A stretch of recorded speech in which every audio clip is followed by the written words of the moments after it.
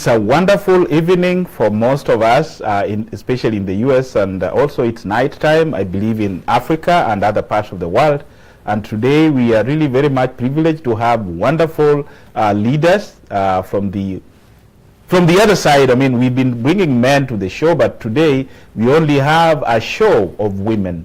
Wonderful women in the community, wonderful women in the spheres of life, in leadership. So they are really going to expound a little bit more on why they are here today and what is the best outcome, especially for women who are seeking leadership and the women who are out there telling governments or telling corporates or telling young children or telling women who wants to aspire to become leaders. So I'm ushering in Dr. Rosalina Kombe, a well-known lady, and Natasha Miriti, and also one of our wonderful lady called Zilani, who is a wakili or an attorney practicing in the US. So ladies, let me now bring you in so that we can start the show. Welcome, Dr. Kombe, welcome Zilani, and welcome Natasha Miriti. Thank you. Thank you. Thank you so much. So we'll start the show. Pretty, we've started a little bit late, but we'll compensate some of those times. So we've got a few questions for you today. And the first question is, what is your personal experience? I mean, what personal experiences shaped your understanding of leadership as a woman in the diaspora? And what is your greatest motivator? Let's start with Natasha Miriti. Good afternoon. Good afternoon. Thank you so much. I'm very excited to be with the KDRTV live. I am very honored to be part of the panel with Dr. Kombe, with Atani and Zalani, and our gracious host. And welcome and thank you for tuning in, our viewers. Yes, women in leadership, what a timely topic. And how did we find ourselves here? How did I find myself in this path? I would say it was not all on one day. This was based off need and also growing desire and just the process of life.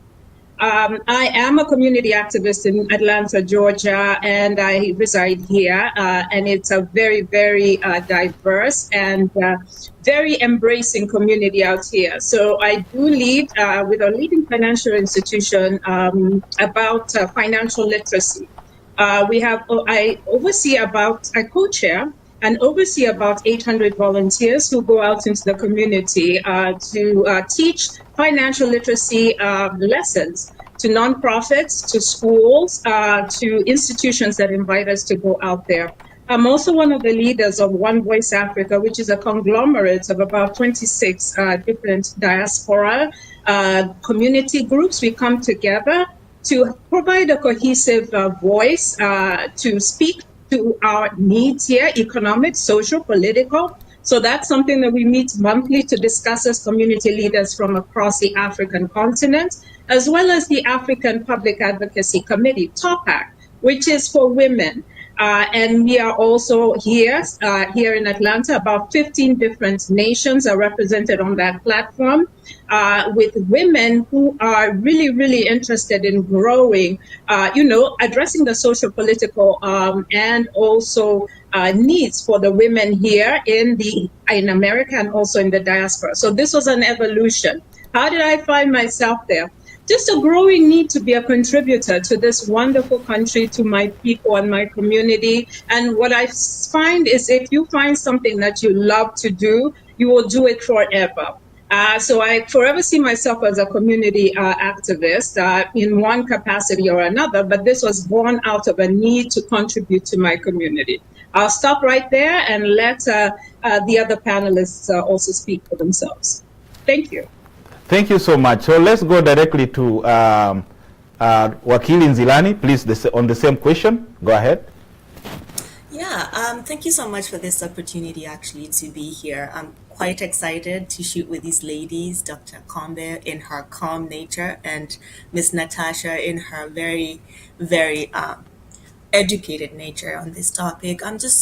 For me, my understanding of leadership really has just been shaped in moments of quiet resistance and sometimes in deep responsibility.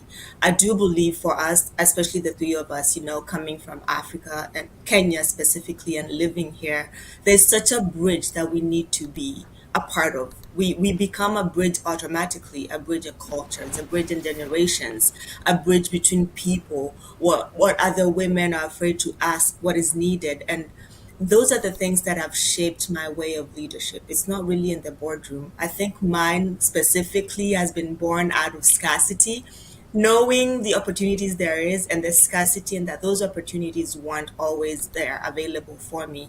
And that's what shaped my understanding of leadership.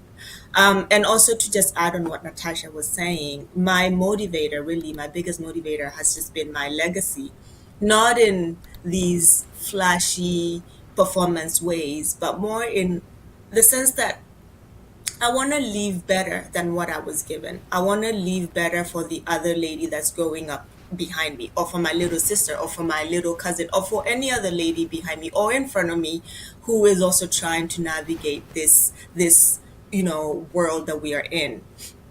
And so for me, really, my purpose has just been to have legacy and to be the bridge between all these cultures. Thank you so much, Wakili Nzilani. And now let's go to our sister, Dr. Roslyn Akombe. Go ahead, my dear sister. Thank you very much, Engineer, as we call you. And thank you again to OVC and KDRTV for this opportunity. I think you've had the brilliant responses given by Wakili Nzilani and our all-time fan, Tasha, who's a great organizer. And we've had the opportunity to see her at work in Atlanta last year when we were honoring the late Ndugwa Biomo. So really, thank you again for this opportunity. I think for me, in terms of leadership, I feel like it called me. It sucked me for where I was, quietly working behind the scenes, which is what I like doing. And during the time I was a student, for those of you who might not be aware, I really did start all this work from my days at university, where we were clamoring for a katiba, and we were always going out and saying no katiba, no exams, and so I saw that role evolve from a student leader, and today I'm wearing our flag colors because it's, as we all know, tomorrow is Sabasaba, which is a really important year for a day for many of us, for what we stood for as young people during our times at university. And so for me, the leadership again is a call to service. It is a call to really live up to the vision of the potential, as Nzilani has said, the potential that exists in the country, but also the potential that is there globally when you just think about it. And so I think I see leadership as service rather than looking at leadership as a way of benefiting yourself as an individual. Thank you so much, Daktari. So we have a couple more questions for you, but deeply down your heart, you guys really understand the scope of women in the society. A few years back, the women were in the back seat, but now women are really emerging to be wonderful leaders, especially leading not only in science, in technology, and even in political forums. So what is really going to happen? I mean, what's your projection in the next few years from today? Because now women are emerging to be wonderful leaders, even in corporates. Dr. Akombe, let's start from you again. Well, I mean, if we go by the stories of Wangu Wamakeri and Mura Ngiti and many other phenomenal women have always been there. Women have always taken leadership positions. Women have always, their stories haven't been told, but women have always been there. And that is why we always say that, if you leave it to the hunter to write the story, the victory will always be perceived as though the person who's hunting is the winner, while actually the lion is the one that is devouring a lot of more people than those that are killed by. So I think I just want to state that I think women have always been there. I think, Engineer, you would agree with me that you wouldn't be who you are today if it wasn't for the efforts that your mother put behind you and supported you.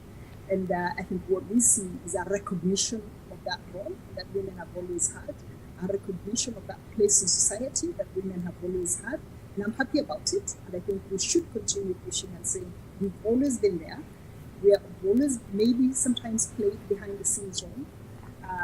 We are behind a lot of the things that have been successful. Whether you're looking at the movement, if I go back and tell you about the number of women that were behind the Sabasaba movement or the push for a new Katiba, they were quite phenomenal women.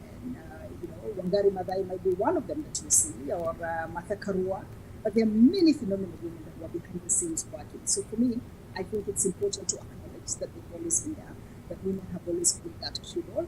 Their story hasn't always been told, but it doesn't diminish that role that they've had. And I'm happy that KDRTV is taking the lead in showing that there are women here, phenomenal women who are being given a voice to be able to speak up and be able to share the experiences that women in the diaspora have always played, and the key role that they continue to play in making the diaspora stronger, but also in making our country and our world a better place. Thank you so much, Daktari. That's a wonderful answer for our listeners, and I believe the women who are listening from Kenya, the women who are listening in diaspora, can really grasp most of the information you've actually spilled or given out to them, so that it can be something really encouraging for them to move forward and ensure that women in leadership, or women who really want to aspire, or who are aspiring to be leaders, can really grab lots of information or lots of wonderful insights, so that they can actually push forward. Today, it was a dark day again in Kenya, because there are so many women who gathered at the Kenyan National Human Resource offices, really giving a press conference. They were not really, they were not protesting, but we found goons now really disrupting all this information. So, really disrupting them not to give just a presser. It's really very discouraging, but thank you for that particular insight. We'll come back to that, Daktari, because that is a broader topic. But now let's ask Wakili Nzilani. How do you define power and influence as a woman leader, and how do you use it to uplift others? Wakili Nzilani. You are muted, Wakili. You are muted from your end. Go ahead. Apologies. Now. Thank you. Yeah. So for the longest time, even growing up, we see power as a man, a big man, really strong, whatever, fights wars, whatever character they give it power to be. But for me, power is less about hierarchy and more about proximity. And here's what I mean by this. You get enough power, you see yourself as higher than or above everybody else. But for me, power has to have proximity.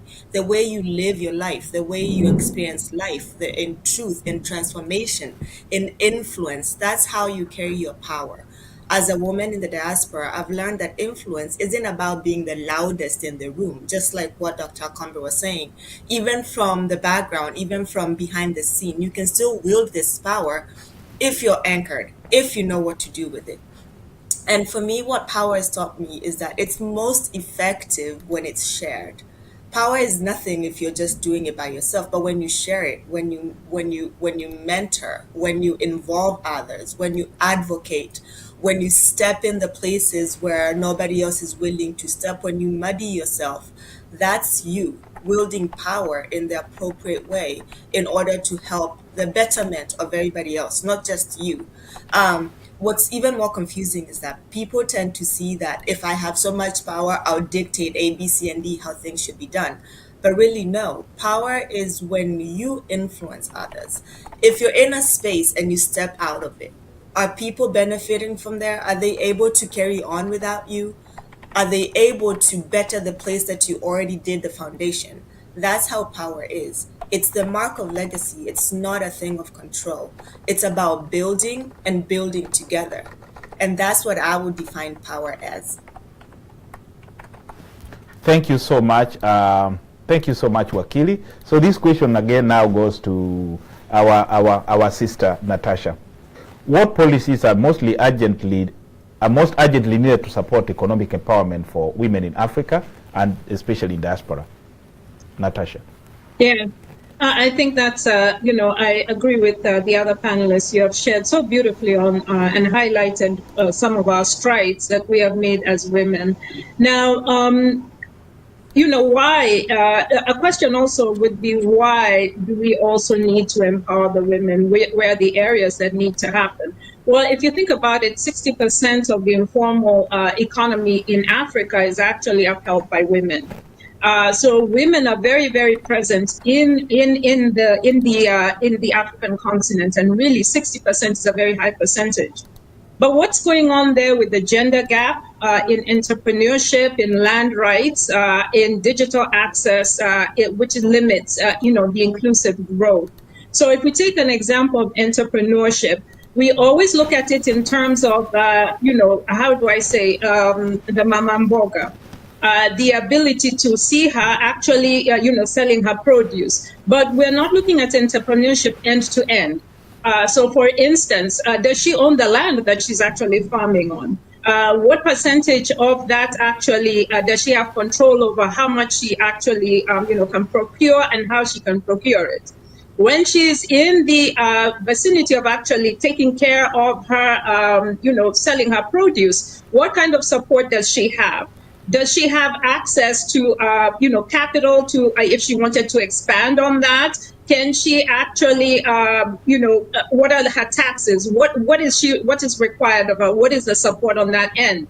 And so this also comes to speaking about, do we have, good conversations and strong policies on access to capital for women, which is something that I feel like we need to, come up with policies in the banking sector to support that on different levels. So we're not only looking at the digital wallets or the fintech options, we're also looking to upscale that. So somebody can take a bank loan and actually expand her business. This would help out and actually bring you into the, into the formal section. How much of that we are moving into the formal section?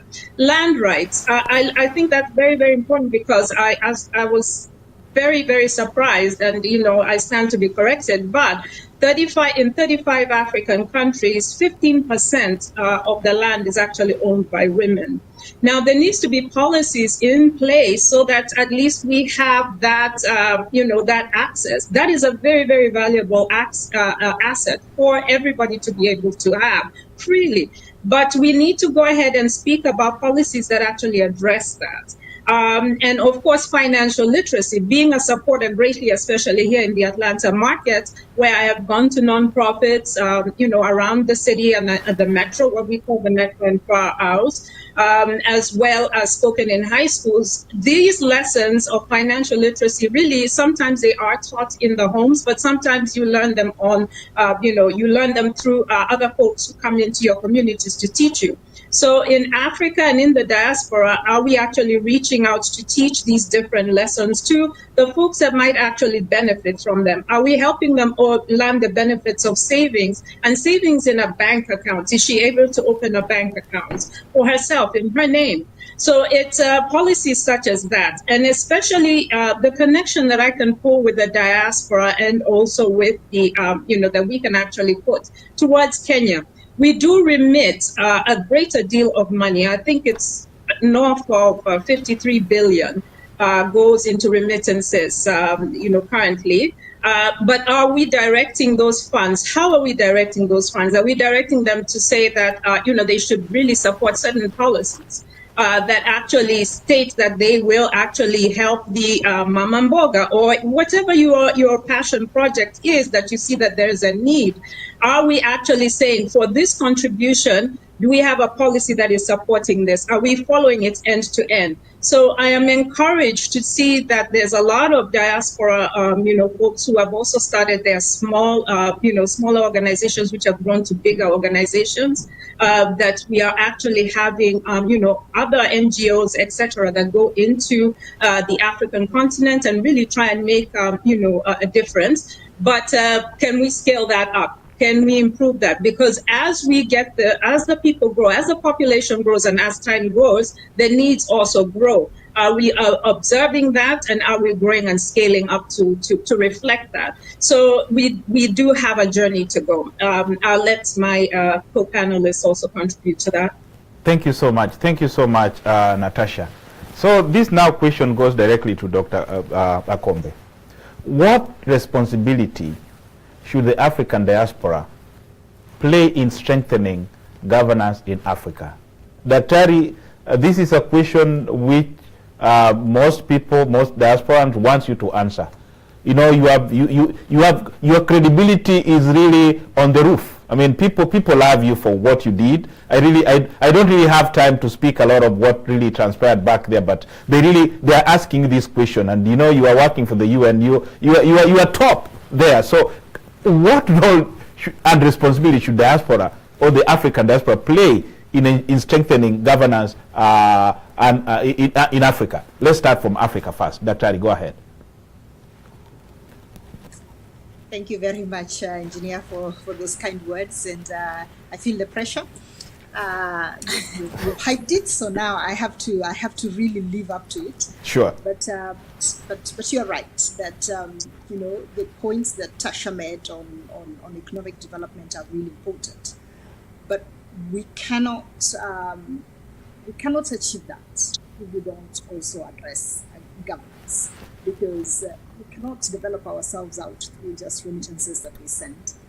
We cannot continue being the safety nets of our families because of bad governance. So you know, there is a limit to what remittances can do to get the country and the continent out of the quagmire that we find ourselves in. So for me, that's why I think the issue of leadership is really important. The issue of governance is really important, because if we are able to address that, if we are able to put in place leaders that have a long-term view of the continent, leaders who are ready to seize the opportunities that are there, to redefine, to have a new narrative about Africa, is absolutely important. Let me explain a bit about this. We are a continent that has the largest number of resources when you just think about it. When you're thinking about, whether you're thinking about cobalt that is running the industries that we see now, lithium and things like that. I mean, you look at the kind of resources we have: uranium in Niger, or it's diamond in DRC and Botswana, or is the gold in Sudan, and or the rubber arabica in Sudan also, that is really running, used for tires and things like that. I mean, every part of the continent, you know, Equatorial Guinea, where you'll just throw seeds there and they thrive and you have food, right? Or Uganda, that has the largest number, acreage of arable land in the world. So if you look at the African continent, we are endowed. We have the youngest population on the continent. We have a large population that can be labor, and that labor that can be used for the continent. But what we lack is leadership. What is failing us is leadership. Leaders who have no vision, leaders who are not looking at the long-term aspects of the country, leaders who are trading the riches of the continent for nothing, for pittance. While we can amass these resources, we can build systems that allow us to have value out of the products. Again, going back to what Tasha was talking about, economic development. I mean, why are we giving our raw products to the West? Why are we sending our young ones, the youth of our societies, to the Middle East to go and be laborers? Why are we sending away the best brains that we have in our continent to the West because we are not providing an environment where they can thrive? Why is it that the largest number of doctors in the UK are Zambians and not in Zambia itself? Why do we have the largest number of lawyers from Ghana in the UK? Why do we have the best brains, including you as engineer, here in the US? Why are we not having a mind shift in how we look at development, in how we look at the politics of the continent, so that we are able to amass all these resources that we have, put in leaders who are visionary, leaders who are thinking long-term about the continent, that will allow us to be able to exploit the resources that we have, the brains that we have, and the geopolitical environment we find ourselves in for the benefit of our continent. So for me, that's why I think we need to understand that if we don't sort out governance, if we do not put in place leaders that have a long-term view for our continent, we will still be stuck here years later. We will still be trying to remittance our way out of poverty.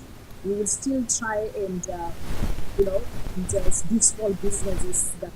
So I think for me, it's really important that we look at these issues of leadership. We look at the mindset shift to allow us to see the potential that exists in Africa, the potential that exists in our African countries, so that we can be able to thrive. Thank you.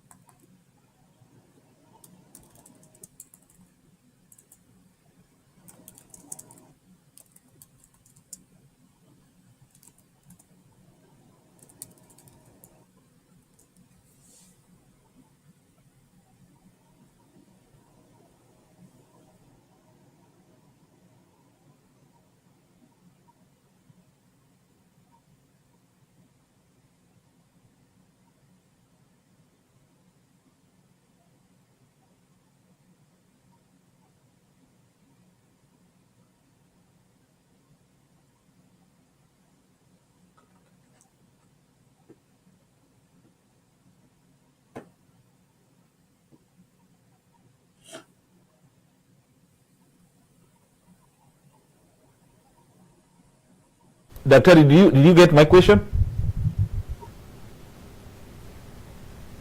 No, actually, I could not hear at all. Okay, thank you. Sorry. What I was basically asking is that, right now, a few weeks ago, we saw President Trump sign an agreement between Rwanda and the Congolese government concerning the MR23 and all that stuff down there. So my question is, we as diaspora, do we really have a role to talk to our leaders and tell them this is the very best direction to follow, or it's not really possible or feasible for us as diaspora to speak directly to our leaders and tell them this is the very best way possible for them to go? Or, what role do we have, we as diaspora, in ensuring that we bring peace, especially in our continent, Africa? It's really very pathetic. You work at the UN, at the UN right now, and the UN is really struggling to ensure that there is peace, especially back in Africa. So what role do diaspora actually bring on the table to ensure that we have peace, and the way you've said, we can really utilize the resources we have to ensure our people don't sleep hungry, and our people at least have got employment? We've got resources, but what are we really lacking? You've spoken about, yes, leadership, but what role does the diaspora then can play to ensure that these leaders actually can really listen to us? Because we have the technology, we have the experience, we have the education. Why are they not listening to us, Daktari? I think, thank you very much, and apologies, I lost sound, so I couldn't hear you before. Okay. But let me first say that whatever I have said and whatever I will continue saying during this show, yes, I speak in my personal capacity. I do not speak on behalf of my employer. Yes. I just needed to... Sure. We got you. Yeah. Just the experience. I quoted your employer because of the experience, ma'am. Nothing else. Please. Thank you. Ahead. I understand. I'm just doing what I need to do. Go ahead. Lawyer Nzilani, Wakili Nzilani has asked me to do. Thank you. Okay, go ahead. You have to listen to your lawyer. Sure. Okay. So thank you very much for that. And just I wanted to say that on when it comes to the role of the diaspora, mm-hmm. I think the diaspora has a really important role. For those of you who are you have seen what other diasporas are able to do. Mm-hmm. You have seen the power that other diasporas organizing themselves have been able to have in how what this country, this government is able to do. So we just need to organize ourselves better, which is one thing that I think we haven't done as the Kenyan diaspora, as the African diaspora. We need to organize better. We now have the numbers. I mean, for many of you who looked at the census, the US census that came out, you saw the income levels of Africans. We're quite up there in terms of where we are, even just in terms of our contribution to the economy here.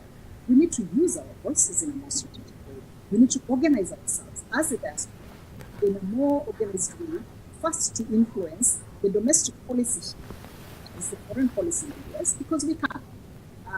I don't need to name the organizations that you all know. I also don't need to name which country that I'm talking about that falls somewhere in the Middle East, that has a huge influence in the way in which the diaspora has organized itself and the way the diaspora is able to push for different foreign policy towards that country. And so I think there are lessons for us to learn on how we can galvanize ourselves as the diaspora for that purpose. Second, we have a voice domestically also. Not domestically, but in our countries. That 54 billion that Tasha talked about should account for something. Should account for a voice that we have in the diaspora. As a diaspora, in the various countries where we come from, and specifically from. So it's about how we are organizing to lead change here domestically, but also to lead change in the country. We are the same people who are behind, who are supporting and funding some of the worst leaders. I mean, let's be honest with ourselves. We are the ones who send money to these horrible people who become presidents. We're the ones who send money to these horrible people who become members of parliament. Let's start with ourselves. Let's start looking inside and say, who are we putting our money behind? Who are we putting our resources behind? Who are we putting our political capital behind? We have that voice. Let's use that voice strategically. I have started saying, I say this because I've started seeing people in the diaspora organizing, right? And they're organizing to support thugs. People who violated the constitution when they were in positions of power. People who turned off the television stations, right? In 2018, we were there, we were when the TV stations were turned off by some of these people. And we see the diaspora organizing to support such people. We saw people who killed and few people in Rimayala. We, the diaspora, are now organizing and saying, this is the man we need to put in power. Are we crazy? So I think, engineer, for me, I think the problem begins with us, the diaspora. So how we use the political power and how we use the resources. We cannot blame anybody else. We cannot keep blaming and say that it's those Kenyans who go home and go to these meetings. No, it starts with us, who we are putting our political support behind and who we are putting our money behind. The presidents that we have in the continent, many of them have come into power because of the support we have. Let's not run away from it. We are part and parcel of the problem. So until we recognize that we are part and parcel of the problem and start fixing it, we will be here 3 years from now, having the same conversation, the same outcomes, without noticing that we are part and parcel of it. Thank you. So we are part and parcel. I love that closing shot. We are part and parcel of that problem. And until we define or until we change, the problem will still continue recurring. That is very serious. Oh, okay, Dr. Okay, let me ask this question. Our wonderful friend Natasha, what policies are most urgently needed to support economic empowerment for women in Africa? Okay, I'd already asked you this question. Sorry for that. Let me ask you the next question here. In 2025, what do you believe are the top 3 areas or key areas or women that have made the greatest impact and the driving forces to ensure that at least Africa is a wonderful place? So can you give us at least three women you believe have really played a wonderful role in ensuring things actually are moving forward well? Thank you. Go ahead. Yes, Natasha. Well, I will start with when you say great women. I'll start with Atani Nzalani there and Dr. Akombe, who are really doing powerful things. Thank you. Let's start with our panelists right there, Thank and you. definitely we have made a lot of great strides in there. So now the top three that I do see that have really, women have made the best impact or the greatest impact that I see as of according to my perspective, and I stand to be corrected, entrepreneurial and also economic.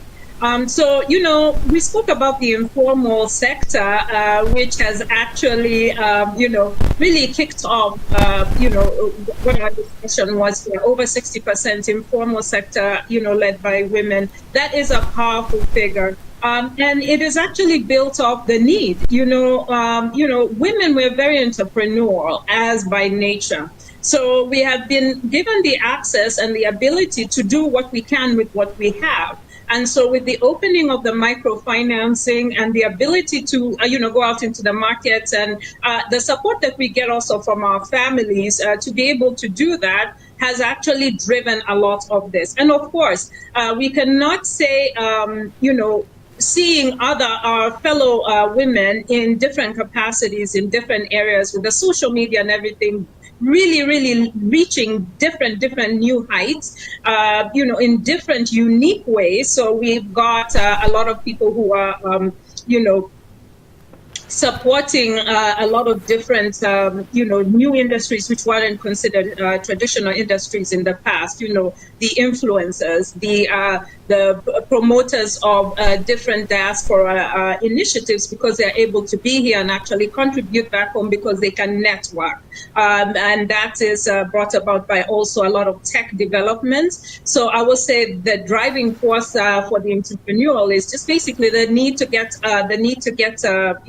out there, the ability to that we've been afforded thus far to be able to finance ourselves, and looking out and seeing that the world is moving, and having access to this internet and social media and all that has really helped a lot of new industries and industries that we had not thought of before. Second one, I would also say tech. Now, there's a lot of ladies who are in STEM, and who have been able to grasp a lot of leadership, areas there. They have been given the ability to have more education, and education that is easily financed or better financed than it was before. So different avenues have opened up from there. We would like that to actually increase, but I have seen leaps and bounds in tech. And I want to also make a mention with the diaspora groups that have actually reached back to Africa, like She Teaches Africa, which is a wonderful organization. And that is a way for us to actually connect with back in Africa and pull somebody else up. So the fact that a lot more of our ladies are going into STEM programs, that they have been made more affordable and more accessible, whether you're online, you're in the different schools, the tech schools that are available right now, definitely we can see that that is an area that has grown. The other area I would say that we've had leaps and bounds is in leadership. We have several, leading ladies in government, also, the most obvious example would be our Tanzanian president, which is very, very important. We've also got very leading ladies in banking. We have got ladies who, also opened up opportunities in different areas. Health. I would say health is a very, very important area that we have also expanded in. We do have more women doctors. I would like to see a lot more. I would like to see a lot more policies around supporting health initiatives in Africa, because that is an area that will never lack. You will never be able to saturate that enough. I was very, very happy to hear Dr. Akombe mention that the best and brightest minds do not need to leave the continent. really that is doing it in reverse. And if they are outside of the continent, are they reaching back? Very, very important. I would say those are the areas that the governance, the social aspect of being able to speak up more, go into, like you said, the women having the ability to speak about their opportunities and how they see themselves. Recently in Kenya, the health, leaps and bounds that we have made. These are areas that I think the focus and there have been strides. There's more to do, but we're having these conversations. We're not where we are, but we are really moving. We are not where we were, should I say, but we're moving forward, and there's always more that can be done by all of us. We appreciate the input of everybody who is on the continent and off the continent. We will have to work all this in tangent. And all these sectors, really, the faster we can move all these 3 areas or 4 areas together, they really actually intertwine. And they really actually, move the whole our progress faster ahead. Because I cannot be able to, own more if the policies and folks in office are not supporting some of the initiatives that might be on the table that will make me doing business easier, my doing business easier. I will need the access to capital. Plus, I would need you to be able to support me to keep my family healthy, to keep me able and strong so that I can actually finish my, be strong and a big contributor to the nation. So all these work together, but that is what I see as our most progress areas and the driving forces, connected to it. Thank you so much for that answer, Natasha. Wonderful listening to you, my dear friend. So let's not really divert a little bit, but we want really to speak about accountability and transparency. So right now we are in a quagmire, and that question has also been, that question has also been answered by our wonderful lady, Dr. Kombe. We are talking about transparency, we are talking about accountability. Wakili Nzilani, how can the diaspora drive accountability, transparency in governance, not only in the countries they're living in, but back in Africa? It is a quagmire. We have a problem. How can that be achieved? Well, I will answer, and I'll specifically speak for the women because that's what we've been focusing mostly about. Mm-hmm. And I'll say that accountability and transparency are not abstract ideals. As women, from the core, when we're raised up, we're brought up with it. You become a mom, you become a wife, you become a professional. All you're surrounded by is your need to be accountable, your need to be transparent, your need to be such and such and such.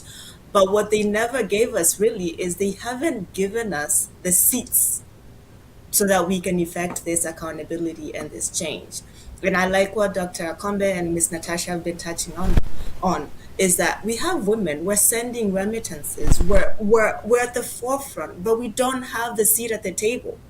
And we really are at a point where we need to start making these seats even more visible for us in order for us to drive the change that we need to see.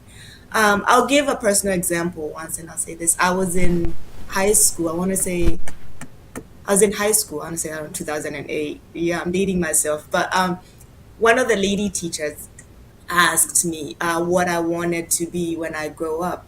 And I told her, well, right away, my passion is for law. But I also, if that doesn't pan out, I said it jokingly, I said, if that doesn't pan out, I want to be an engineer. And I was taken aback by her response because she turned around and she said, an engineer? Really? That's a manly job. What does that mean? What does that mean? And why is it not okay for me to enter that space? So I say that to say it's a minor example, but it's also a condition that women have been conditioned that you can do all these things, but there's a certain level that you need to be. Like there's a ceiling and you need to muzzle up at a certain point. But that's where now we're at a point where we're breaking off of those chains. We're at a point where we are taking this bull by its own horns and we want to run with it. We want to sit. We want to challenge that seat. We want to be in the table as they're making those discussions and policies and whatever. It affects us. We work so hard not to say that men don't, but I want to say this out loud and say women are working so hard. They're wearing so many hats. You're a wife, you're a mom, you need to cook, you need to go to work, you need to, all these things, we do them, and we wear these hats without even once complaining. So the hat that we're complaining about is that we want to see change besides us being just volunteers, besides us being just community organizers, besides us just being so fragmented that we only occupy certain spaces at certain times. We want to be in it. It's now beyond passion. We want to be in that table, in that seat. You're making a policy. Yes, hear my voice out, because I contribute. I contribute just as much as you contribute. The only thing I'm not contributing is I'm not giving my voice as amplified as I need it to be. And I've seen a lot where we're in spaces now, we've become civil watchdogs. We're so involved. We're out, we're marching, we're carrying the banners, we're working in the UN, the spaces like that once never really gave us the voice, and we're under voice now. We're breaking, we're giving knowledge to other ladies, we're budgeting, we're performing, we're auditing, we're hosting this nation, and then we're the learners in our home nations. So I will say accountability and transparency is something that's innate within us, but we also are at a point that we need to now get a space to amplify it. It's more than just remittances. I like one of the ladies said, we have to take control where the remittance goes. If we want to see more women involved in SACCO, and then those SACCOs amplify the well-being of certain areas in Kenya, yes, we were giving you this donation, but we're also giving it with a voice. We're no longer saying, yeah, just use it however you want. No, you want to do this, you want to educate a child, you want to provide jobs. This is the amplifying that we want to be given in these leadership roles. Thank you so much, Wakili Nzilani. Dr. Kombe, I'm seeing you nodding. I don't really want to speak much about what you've really done in the past, in the near past, or in the near future, whatever you're actually planning to do. But as an individual, as a Kenyan, as an East African, or as an American right now, I've actually seen you walk out of big jobs when you've decided to say, if it is not accountable, if the things are not transparent, you are not going to do it. Very few people can actually do it. So what is your driving force to say you don't really care about money, but you really care about lives of people? What's your driving force, Daktari? I've never asked you this question. I've kept this question for forever, but today let me ask you that question. What really drives you to do that? Thank you, Engineer. I think Wakili answered the question for me. When she talked about power, actually, what is it that drives you when you have power, what you do with it, and how you influence lives? I mean, look, I have been very clear in my life. I came to this country in the US as a student. I earned my life by working. There's no job that I haven't done. I have worked as a construction worker. I have worked as a security guard. I have worked in a group home. I have worked in places big and small. And so for me, it's not about money. So you don't do things because of the money you're going to get. You do things because you believe in it. And I'm ready to always walk out if my integrity is being put to test. People are doing things not in the way which I would brought up dad and mom who are very strict. Speaking about what Nzilani was talking about, accountability. I mean, we had to account for everything. My dad worked as a supplies officer in the Ministry of Education, but he could not allow you to come home even with a ruler. For those of you who remember those old days when we had the famous schools equipment scheme, where rulers and pencils were provided in schools. We don't have money. But my father could not even come home. My mother worked as a teacher. She could not even bring any of those things for us from school. So we were taught from when we were kids that those things don't belong to us. They belong to the government. They belong to the people. And so my mother would not bring home a pencil for us. She would instill, she didn't have a lot. She would tell the school teacher. But she would rather go and buy a pencil for us and teach us that public property is public property.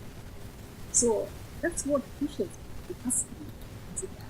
I was brought up believing that what belongs to the public belongs to me. And I was brought up as a Seventh-day Adventist. I believe in truth. So you cannot tell me to go steal elections. I was not brought up that way. I just can't. It's not in my DNA. Even if I wanted, I will not do it. And so I think those the ethical aspects that you grow with you, and you know that this is the right thing to do, this is the wrong thing to do, is something that we must continue to project. But we also face a country where those are things that are not celebrated. We celebrate thieves, right? We celebrate thieves. Those are the people that we celebrate. Like, look at so and so, they have amassed so much wealth. So now let's make them our own parliament. If today I went and said I want to become member of parliament of, I don't know, Kisumu, or I don't know, Boravu, people will not even think about me as a candidate. They'll be like, how much money do you have? How much have you stolen? What do you have? And so I think for me, it's again the ethics and bringing those things forward and raising even our own children with those values that are very strong. That when then you are confronted with these moral questions, you are able to defend because that's who you are. That is the integrity you are. That is the person you are. I would not be offended. I would not be offended if I steal. I just can't be. That's not who I am. And so continuing to put those values, it's important. My son knows, Baraka knows that he can do anything. There's many things he can do. But even a small lie that he has not made his bed, he will not lie that to me. I tell him that small things, that's how you start. Small lies. Don't lie. So he will come openly and tell me, no, mommy, I've not made my bed. Because he knows that it will be painful. There's a cost to him lying to me. And so we have to make these things expensive. We must make theft costly.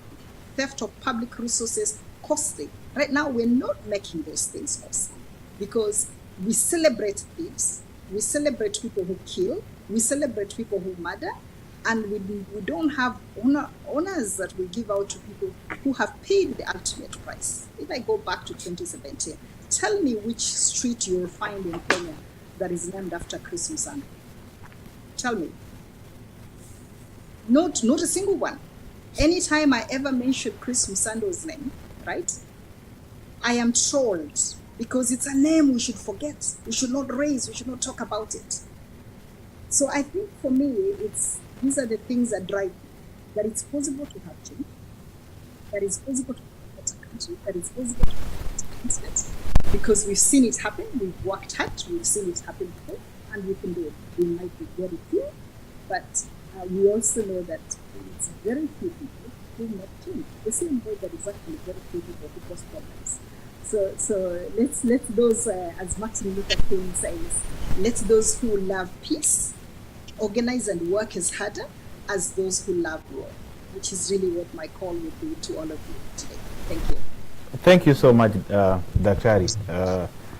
I can't ask more, request for more. That's wonderful, Daktari. So let's go again to our sister Natasha. On the same breath and on the same question, Natasha, what about, how can we achieve this transparency, especially from the women perspective? There are people online really asking those questions. I really want to understand more, but because Dr. Akombe has really expounded on that, let's focus a little bit more now on the more questions people are asking on some specifics. The specific question people are asking online today is about mental health. We've had so many students, we've had so many people, we've had so many families break down, or some of the families or some of the spouses have actually died because of mental health. What do you think should be done from the perspective of leaders or women leaders like you? Natasha, let's start from your end. Yeah, thank you so much. As I understand your question, you want to get what our contributions or what steps forward we can make on mental health with regards to women at this time. Am I hearing you? My connection might be a little bit off. Oh, sure. That is it. That's true. So mental health is something that is very, very important, and it's very, very important for us to remove the cultural stigma on discussing that. I want everybody to understand that they need to present themselves or bring themselves to the table as a whole person. And that is your physical, your mental, your whole emotional self needs to be at the table in order for you to be of a great contributor to this society and to yourself. So mental health is something that I'm seeing there's a lot of progress that has been made in it. A lot of us have understood that it's just a component of the health industry. We've had a lot of strides in having different conferences and different learning opportunities, seminars that actually have broken the veil on mental health, because it's not just one thing. It's different things that our brain is a very complex, organ, as you know, and there are different things that can happen. So also that field of mental health is very, very wide. So we have addressed it. We are addressing it on a cultural basis in removing the stigma of actually seeking mental health. We are making steps and progress in stating that, mental health is something that needs to be addressed in order for somebody to bring themselves 100% to the table, and also to be able to be of value to this community and value to themselves. What I would also like to see, and what I belong to the African Public Advocacy Committee, and we do have yearly annual summits. I believe last year we addressed, and this year as well, we addressed mental health.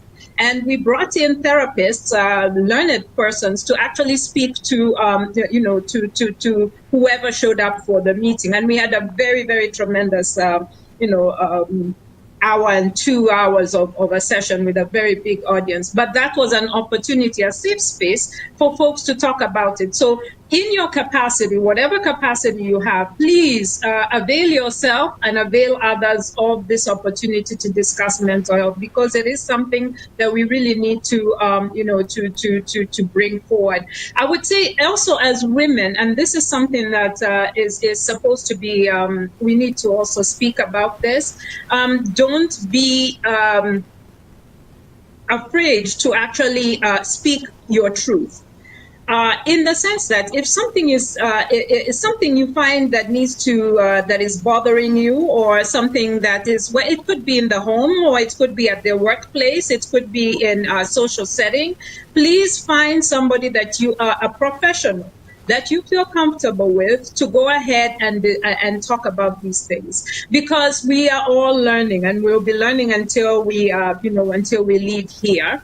But it is very important to you for us to maybe in order to move forward, to make sure that we take advantage of these opportunities. So if it is calling your a licensed professional, if that one's available, if it is attending a seminar, if it is a question of just being comfortable enough to talk to a friend who knows a professional, please do so. These opportunities are more available to us, now than ever.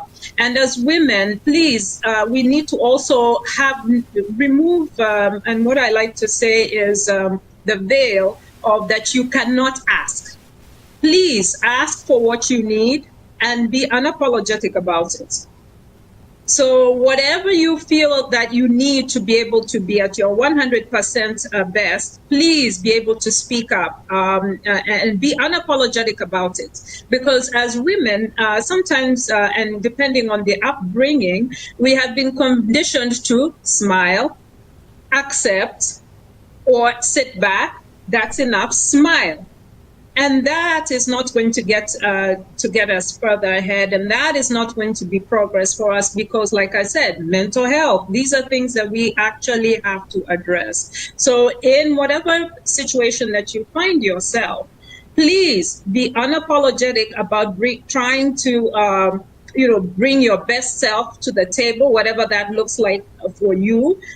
Seek professional. You can do that. I'm sure there's a lot of laws that are confidential. And what I was very, very, just a small segue, which I found so amazing. We were trying to recently at the Public Advocacy Committee for the Women, we were making contributions to, we were told to find an organization in your own country that they can send some funds to be able to, help.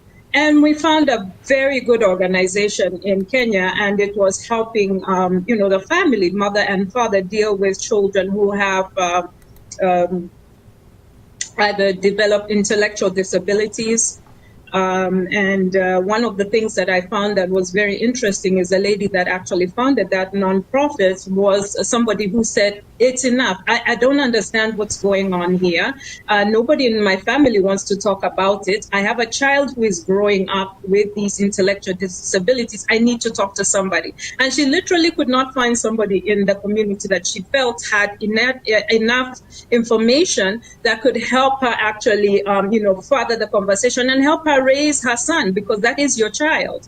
And she created a nonprofit for that. And she brought along therapists. Now she's a very, very, she brought that nonprofit for other mothers with children who have intellectual disabilities to discuss these matters, because you're not only dealing with the resources to deal with their health, you're also dealing with yourself mentally. How are you handling this? So I'm very encouraged by the progress that we are making, as a community, as a culture. I'm very, very encouraged that we're even having this panel here asking about mental health, because there was a time that we weren't able to do so. So let's keep talking. Let's keep reaching out. Let's keep bringing everybody under the same umbrella and expanding that umbrella, because that's the only way that we can actually make forward. Sorry, I digress. I'll let somebody else. Thank you. I knew you could speak about mental health. I know you could speak till tomorrow. I mean, that's a topic you always want really to talk to, especially to the young people. I accept that. Don't worry about it. Thank you so much.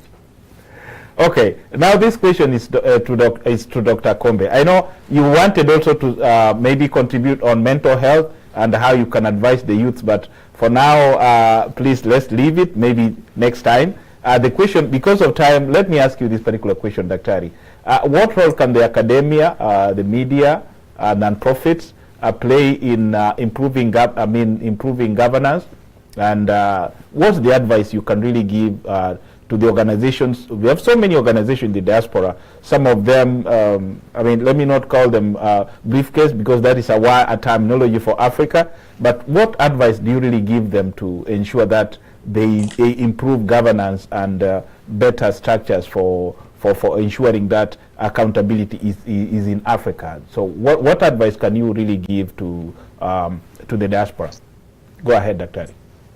Thank you, Engineer. I wasn't even going to try and go into mental health because yes, that's not my forte. I leave it to my two sisters, Dr. Kombe, Zelia, and Edna.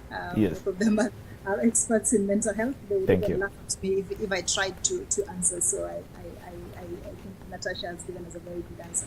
Yeah. I think on the role of the academics, the non-profit organizations that are in the diaspora, I think we cannot stress enough how important this is. Today we had an attack against women, mothers, who had at the Kenya Human Rights Commission offices, who were being put together to speak up. They put together because they wanted to speak out against possible use of violence to women during this circumstance. Knew also what happened to them. They were beaten, right? But I actually wanted to mention the KDRTV because it has a very good history. The Kenya Human Rights Commission, not the Kenya National Human Rights Commission, the Kenya National Human Rights Commission is a commission established by the Constitution, while the Kenya Human Rights Commission, which has celebrated, I believe it's 30 years of existence, this actually started in the United States. The non-profit organization was started by a minor Kiari and Dr. William and some my friend who's no longer, who I no longer know what to say about Macau. They started that organization here. It was registered for a long time as a non-profit organization.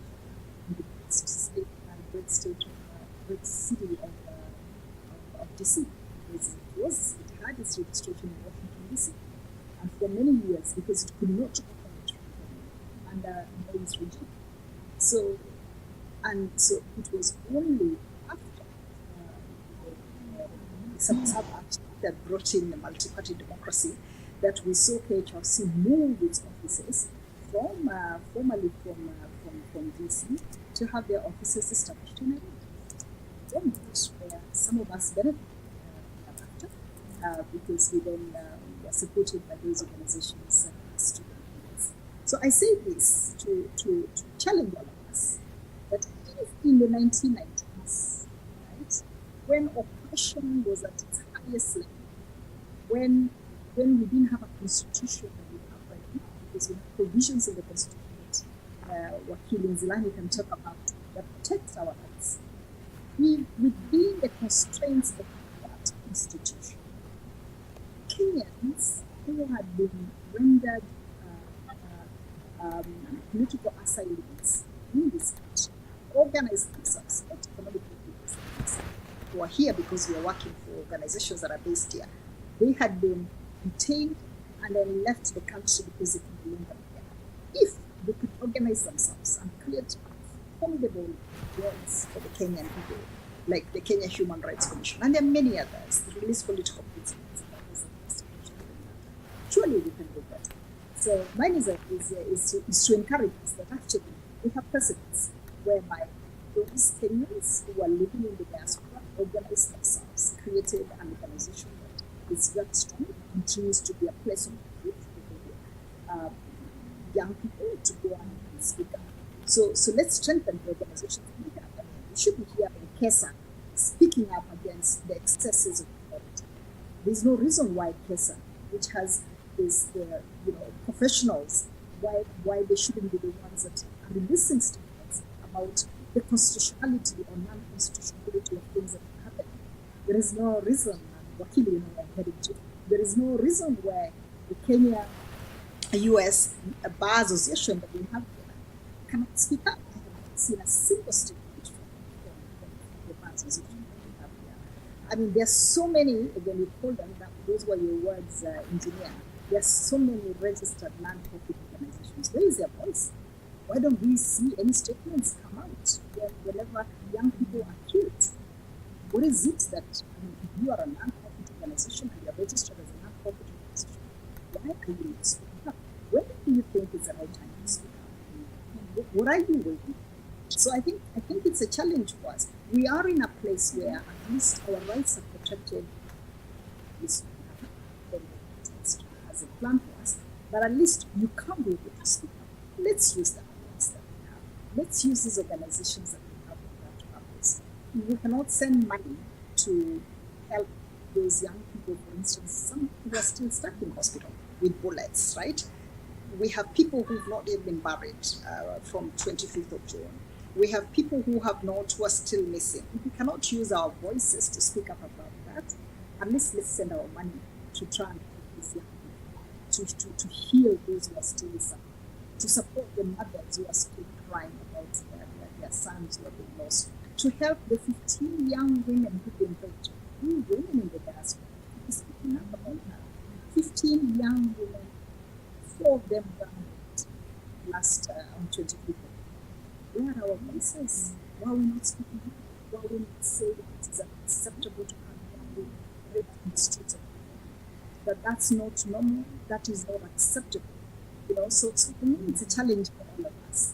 But we do have a voice. How do we use that voice? How do we organize ourselves better so that we can use the voices? If minor Guyans were able to use statements in the 90s, right, when we didn't have the current constitution,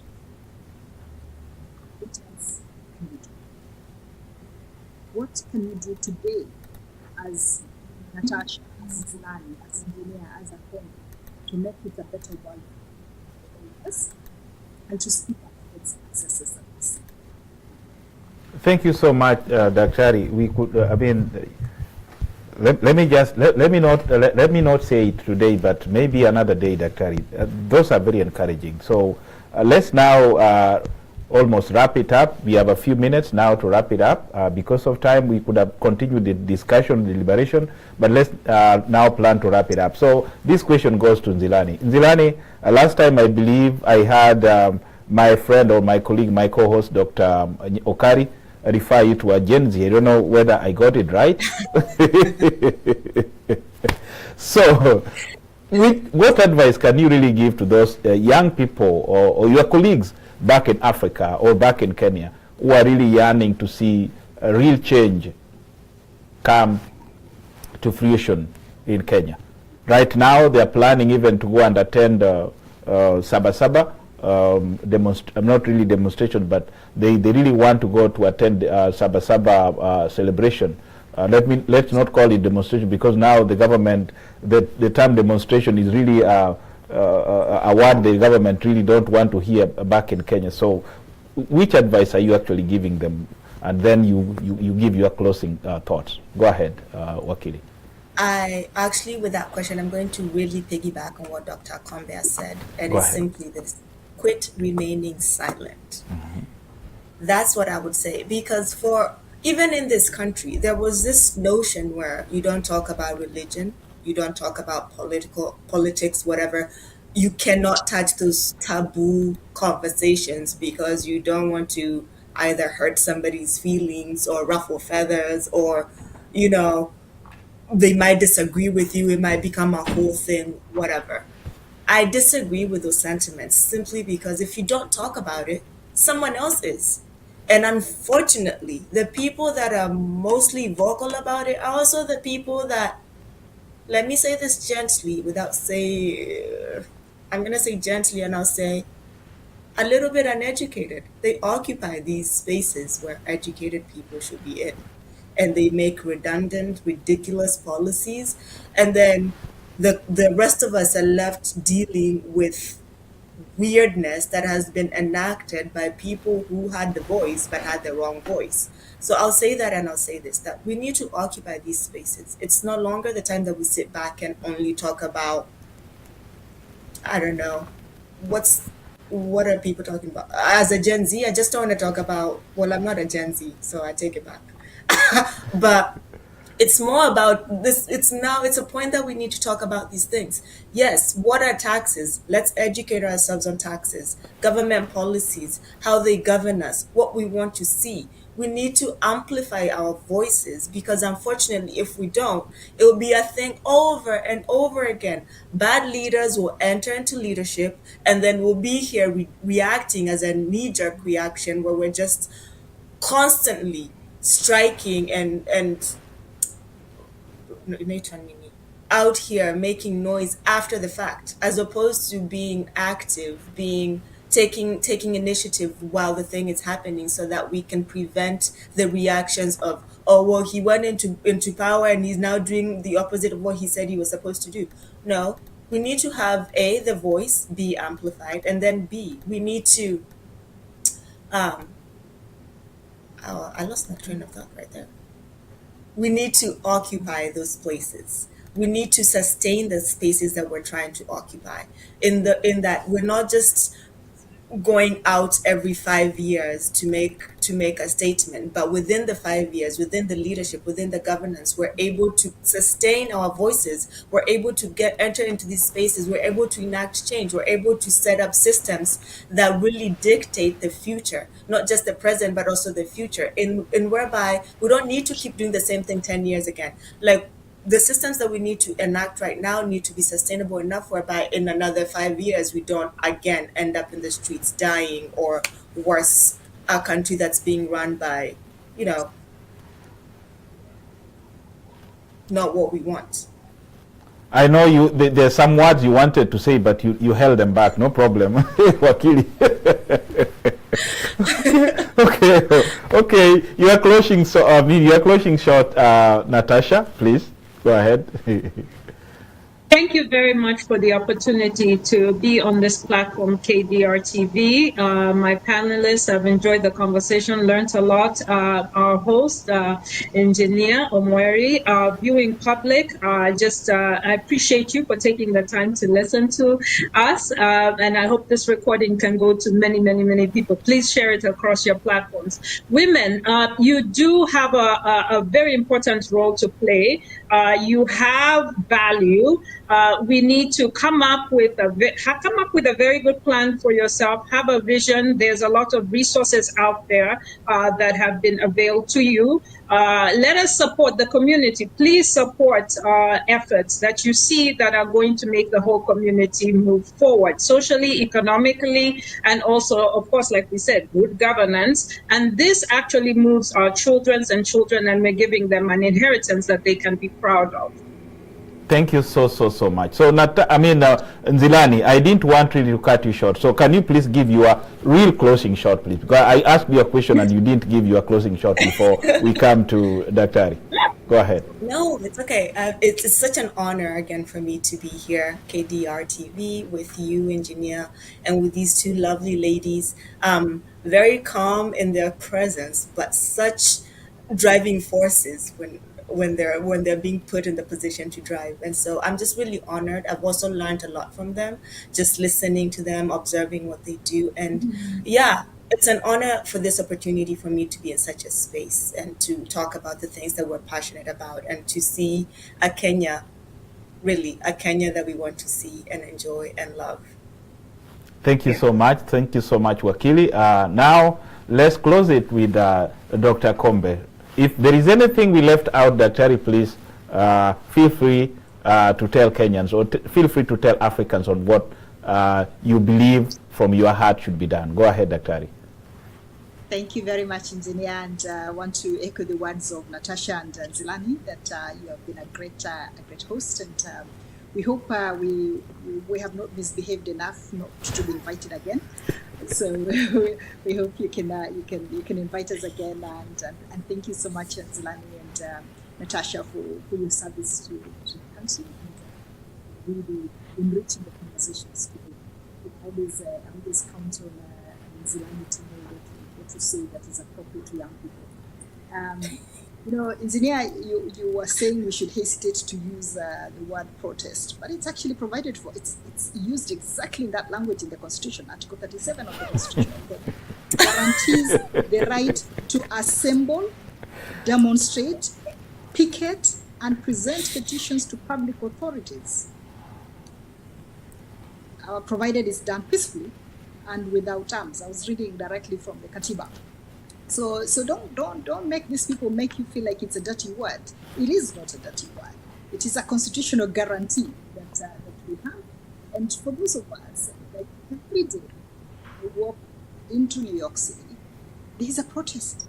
The people are not killed. So there is a protest every day, and I'm sure that Zilani and others will see it. There are always protests outside the White House, and people don't get killed. It is not normal. We should be the ones actually, those of us who live in these countries, should be able to speak that language. It is not equivalent to death. It is not normal that when people want to protest, that the reaction is being killed. It's not normal. It's absolutely normal. And so just to say that as let's pray and keep speaking up in support of Kenya as the commemorate Sabbath. I'm just hoping in my heart that we will be having a that's my prayer, but it doesn't happen because too many months and too many families and too many siblings lost the lives actually the last. Those are just too many lives lost, too many lives lost. So whatever we try to let's appeal, let's make that happen. As mothers, let's continue that it is not okay to receive bloodshed. The controversy, the irony of all the bloodshed somebody wanted to spend 1 billion to build charge. It's just like so. But on one hand, they talk about rights, on the other hand, they talk about what built country just is not right that this country is. So I'll finish because it's not just bloodshed, but it's bloodshed in the DRC. If you look, we didn't even go engineer to sort of about Kenya's role in destabilizing Sudan, Kenya's role in the instability in South Sudan, Kenya's role in the instability in DRC. A country that was always the one that worked at peace is the one that is working, war.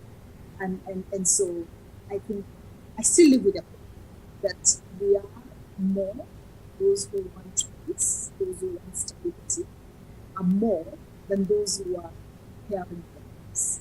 And so our voices, our collective voices, if we put them together, we can have a peaceful country, we can have a peaceful Africa, we can have a stable Africa, and we can also have a stable Kenya.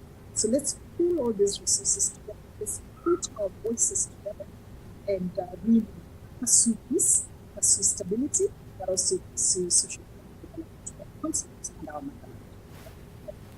Thank you so much. I can't really thank you enough, ladies.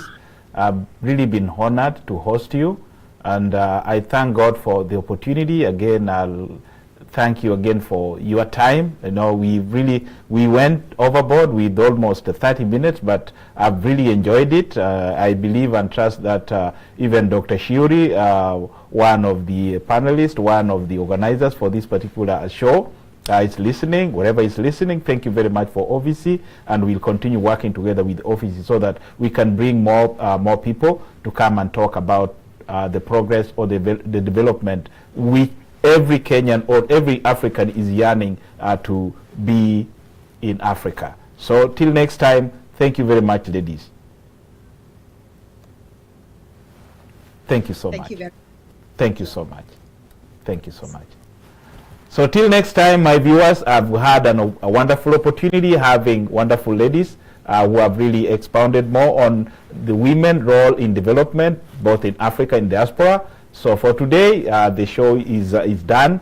Till next time, may God continue blessing you so that next week when we'll be bringing more panelists, we'll continue expounding more on the specifics of development back in Africa. Thank you so much. May God bless you. Till next time.